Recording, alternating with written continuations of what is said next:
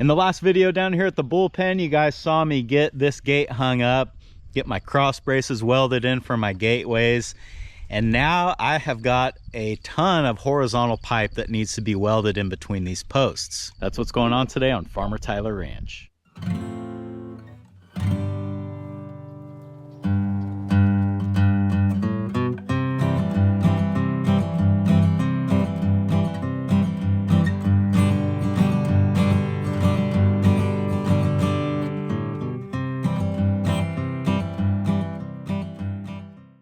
My plan on this exterior fence is to do a 4-rail pipe fence, and the reason that I'm only doing 4 instead of 5, which is what I pretty much do everywhere else, is that there's really nothing to entice the bull to want to get out this way.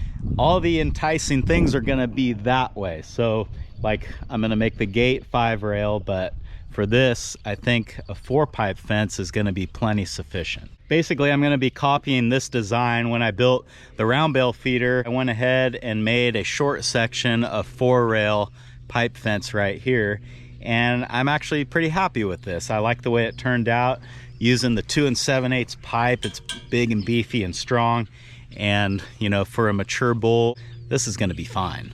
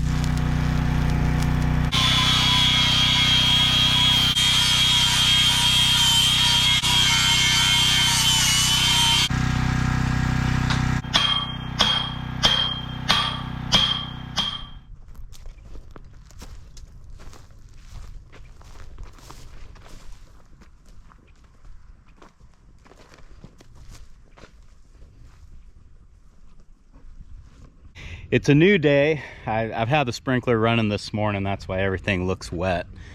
But yeah, and I get kind of in the groove of hanging pipe. I end up not filming as much and definitely not talking to the camera as much, which some people probably appreciate and maybe others don't. I made pretty good progress yesterday. I got my straight line in here, and I got my first angled pipe in here, which these are a little bit more difficult than the straight cut pipe for obvious reasons. These ended up coming in at about a 25-degree angle onto the post, and that's every bit of what these posts can handle. It would have been better to have a 4-inch wide post here so that the pipe wasn't getting so close to hanging over the edge, but you know, we just kind of got what we got here. While I'm welding the pipe in, you guys might notice that I consistently start at the top and then install the pipes going down, and that's not a coincidence. It would actually be a lot easier to weld them in working from the bottom to the top, because you wouldn't have the next rail in your way while you weld the one below it. But the reason that I do top to bottom is because what I have found is that if you start down at the bottom, when you make that first weld, what happens every time you weld the metal, the heat shrinks the metal a little bit. So Once you weld that bottom rail in, what happens is it pulls the post in just a little bit. You wouldn't be able to see it with your naked eye, but what you notice is that as you go up, your measurement changes as to what your horizontal pipe needs to be. So I found that when you start welding the one in at the top, you're holding that post in place, and then obviously where it's concreted into the ground holds the bottom in place, so everything stays more true that way. I would love to think that I'll finish getting the horizontal pipe all the way back into the barn today, but I kind of have my doubts. I think this angled pipe is really going to bog me down just because everything has to be just so.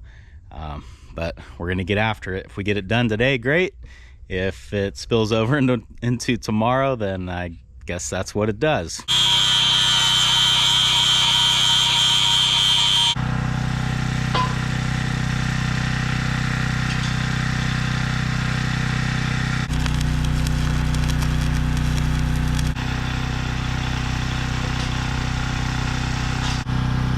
A lot of times I get asked about what rod I'm using or what kind of welder I have.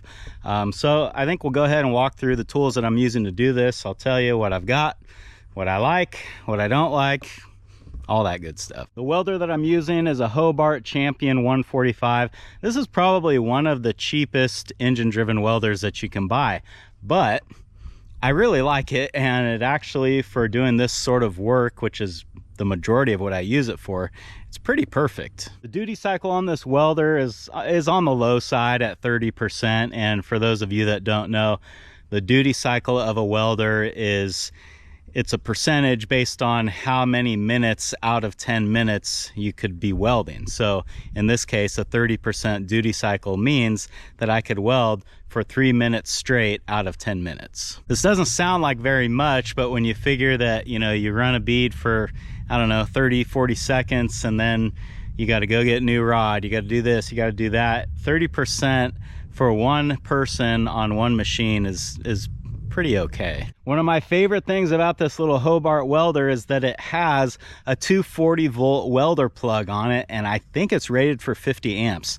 So what that means is that I can bring my plasma cutter out in the field. I could even bring my MIG welder out here and run it off of this welder, well, welder slash generator, I guess I should say. In my blue rod can, I've got some 3/32 Lincoln Excalibur 7018 rod. And in my orange can, I've got some Radnor 1/8" 7018. Now raise your hand if what I just said made zero sense to you and it just sounded like I was rattling off a bunch of numbers.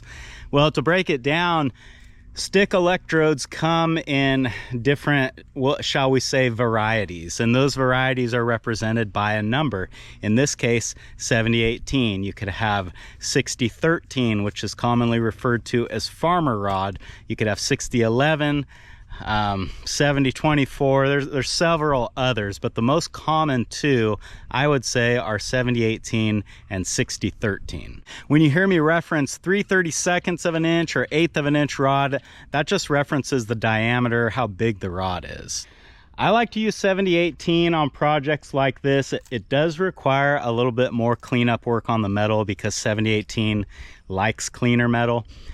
But it gives you a more ductile weld and a stronger weld. So I feel like when you use 7018, that it's just going to last longer, be stronger, be better. 6013 has its advantages as well. If you're welding on really rusty or dirty metal and you don't want to take the time to clean it, 6013 will burn through a lot of that. And 6013, if you're just learning how to weld, is probably one of the easiest rods to strike and to get going. Now, I say that 6013 doesn't make as strong of a weld and all that, but to tell you the truth, this entire sweep tub and alleyway leading up to the chute, I made all of this with 6013. So it's not like they are really weak welds. I mean, this is held up, nothing is broke on this, and it's shoot, it's several years old now. And the last thing really of note here is my chop saw.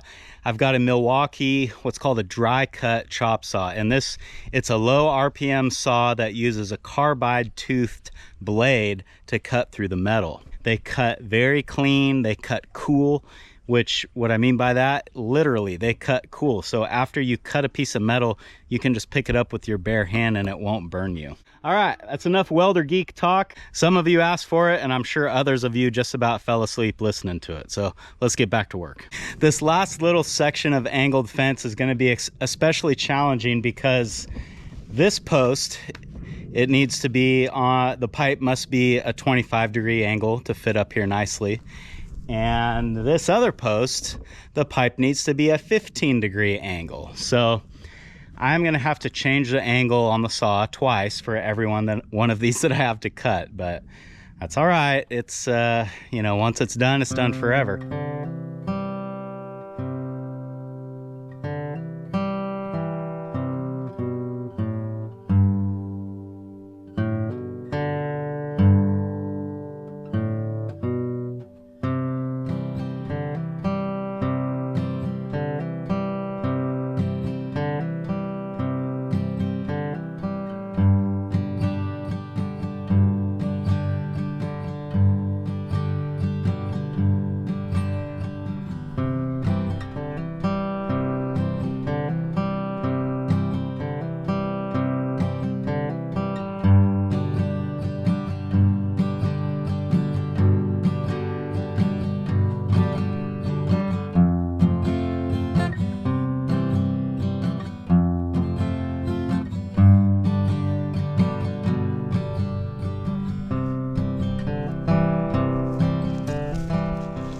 Boy, I am about spent. I think this is as far as I wanted to get in this video. I did not think that it would take me this long, but it really slowed me down when I got into these angles and everything has to be just perfect, but we finally got it. So it actually turned out good. I'm happy with the way things look. So things are starting to come together. The next step is going to be this short little bunk line feeder that'll go here, and then just a short little fence line to get to the end of the barn. I probably won't film that in great detail, but I will definitely film when we do the bunk feeder, because I think that's the kind of thing that a lot of people might want to make, and I'll just show you how I do it. And of course, we need a gate here. I think I need to weld like some short pipe between the iron post and the wooden post, just because this part of the barn is pretty flimsy if I don't do that.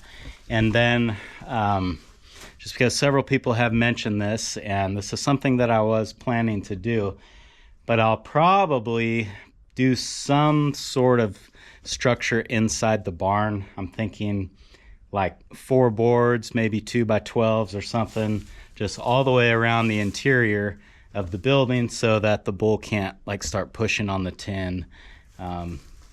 Especially like here where there's a hole, he might feel tempted to want to push on that. And I have not yet decided if I want to close in the windows or not. I kind of like having them open to get some airflow in here, but you know, using the strategy out of sight, out of mind, we really should have these closed because he'll have a perfect view of the cows when they're out there grazing. And of course, I need to get some sort of a water setup in here.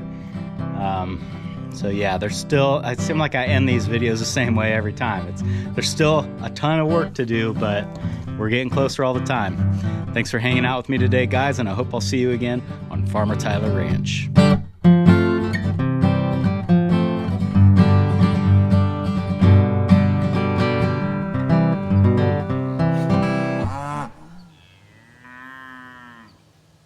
This last little section of angled fence is going to be let's